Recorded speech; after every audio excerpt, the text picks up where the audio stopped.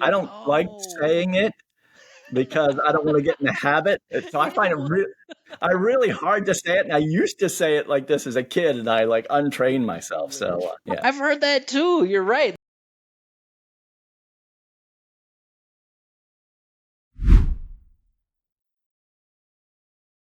All right, this one's subtle. So I would say always and all right. And I would say the mispronunciation is always or all right. This is only about dropping the L then. Yes. And it's funny, like this is one that is actually a regional thing in this area from the Philadelphia area. Like this is so much kind of departure from ALL-wayz that it becomes almost sounding like AW-wayz. Wheeze. AW-wayz. Not even all, it's like OHWHEEZE. AW-wayz. So in certain parts of suburban Philadelphia. Oh, he always does that. Okay. Can you show me your pronunciation again? Always and all right. Okay, so I'll say that I think I'm a mispronouncer. Like I am just always, always, and all right. I think if you cornered me and demanded my most perfect pronunciation, I probably would insert the L always. All right. Yeah. The thing about this one here is that this is what they call the dark L. There's two L's. Okay. Like the light L is the one that most people think about. They're like la la la la la la just in the front of the mouth. The dark L has an extra movement where like you come back with the tongue, you go, oh, right, and that you find that at the end of syllables. So to me, this is just kind of eliminating. I mean, it's just eliminating the dark L is what's happening there. Okay. Let's see what our guests say here. Let's go to Washington D.C. with this one. Always. Do you always do it that way? I'm hearing the L. Maybe I want to hear it. How about you? I think I heard the L only the second time. Always. Yeah, he's saying it both ways. Okay, well, let's see how he says it in the sentence. Do you always do it that way? That's definitely first. Yeah. You heard no L? Yeah, I did not hear the L. I didn't either. I'm gonna listen one more time. Do you always do it that way? Do you always do it that way? I mean, what they're technically doing, the task was to read it naturally, regular pace the first time, and then slow it down more phonetically the second time. Yeah. So it seems like, when we're, forced to do our best pronunciation is when we pronounce all the letters, and then we admit more when we're not doing our perfect pronunciation. Let's check out how he does all right. All right. See here, I wanted to say the L here as well. All right. The teacher asked if the student was all right. Yeah, this time I'm definitely hearing the L. Yeah. Let's check one international example here. Let's go with our man, the DJ Vikingo here. All right. All right. Is everything all right over there? I'm hearing the L. Are you hearing it? Yeah. Okay. So, that dark L, I mean, it's hard to hear anyways. I mean, to train a non-native speaker's ear for that. Yeah. Because it doesn't have kind of that L kind of release. It's just like, right? So that one can easily disappear. All right, this one's fun. Yeah. Okay. So this is nuclear, like a type of power, nuclear power. I grew up within 15 miles of 3 Mile Island. I don't know if you know that, if I mentioned that before. So, yeah. And the day of the accident, I played outside. They sent us home from school. I'm like, hey, this is a day off. Let's just play outside in the radiation.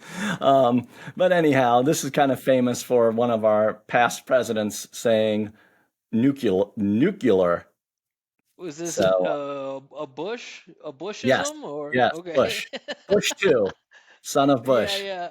Clean, safe, nuclear power, nuclear power. Well, I mean, actually, he'd probably be really fun to study pronunciation-wise. Oh yeah. But I've heard that. I mean, maybe from him, but I've heard nucular.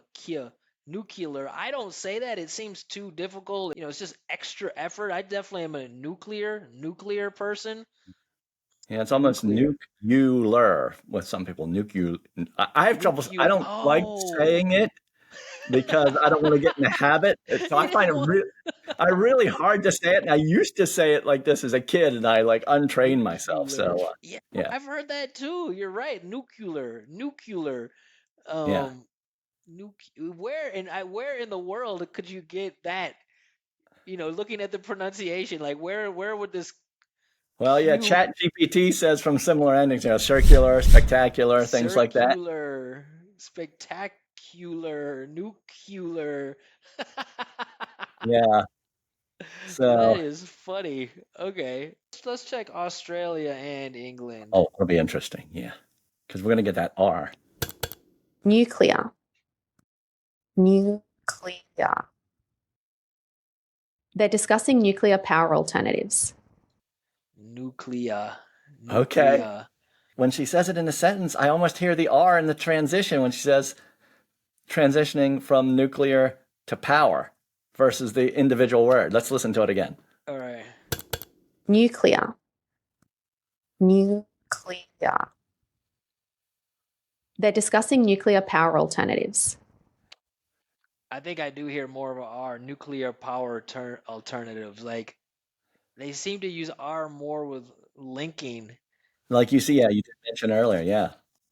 Well, yeah, with the just by itself is just like nuclear, like from my ears.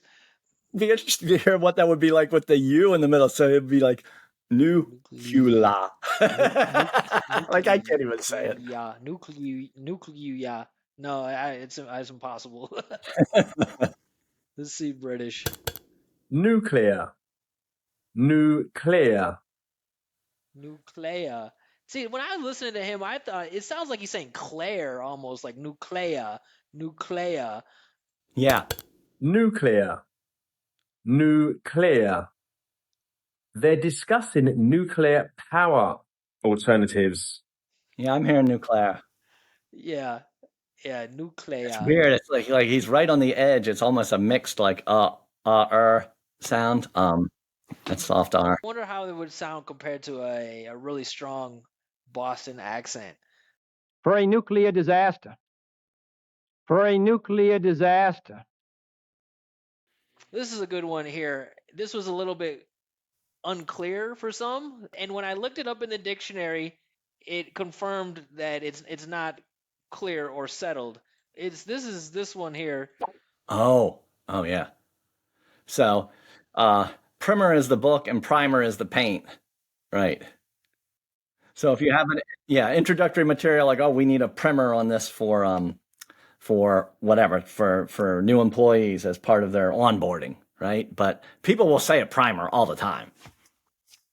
I would definitely say PRY-mer just because, first of all, like PRIM-er sounds more British to me, and PRY-mer is definitely a word I heard well before I heard I've heard that in reference to painting, and you're right, it's like the initial phase or the beginning. So I could see it working in both contexts. But like our friend Dylan here, he wasn't sure which way to go either.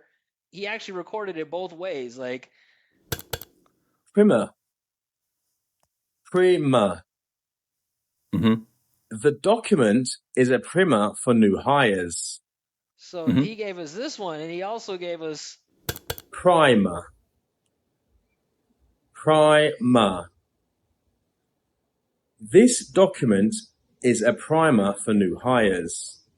For him, I guess it sounded correct both ways. Okay. You will definitely hear it both ways in the U.S.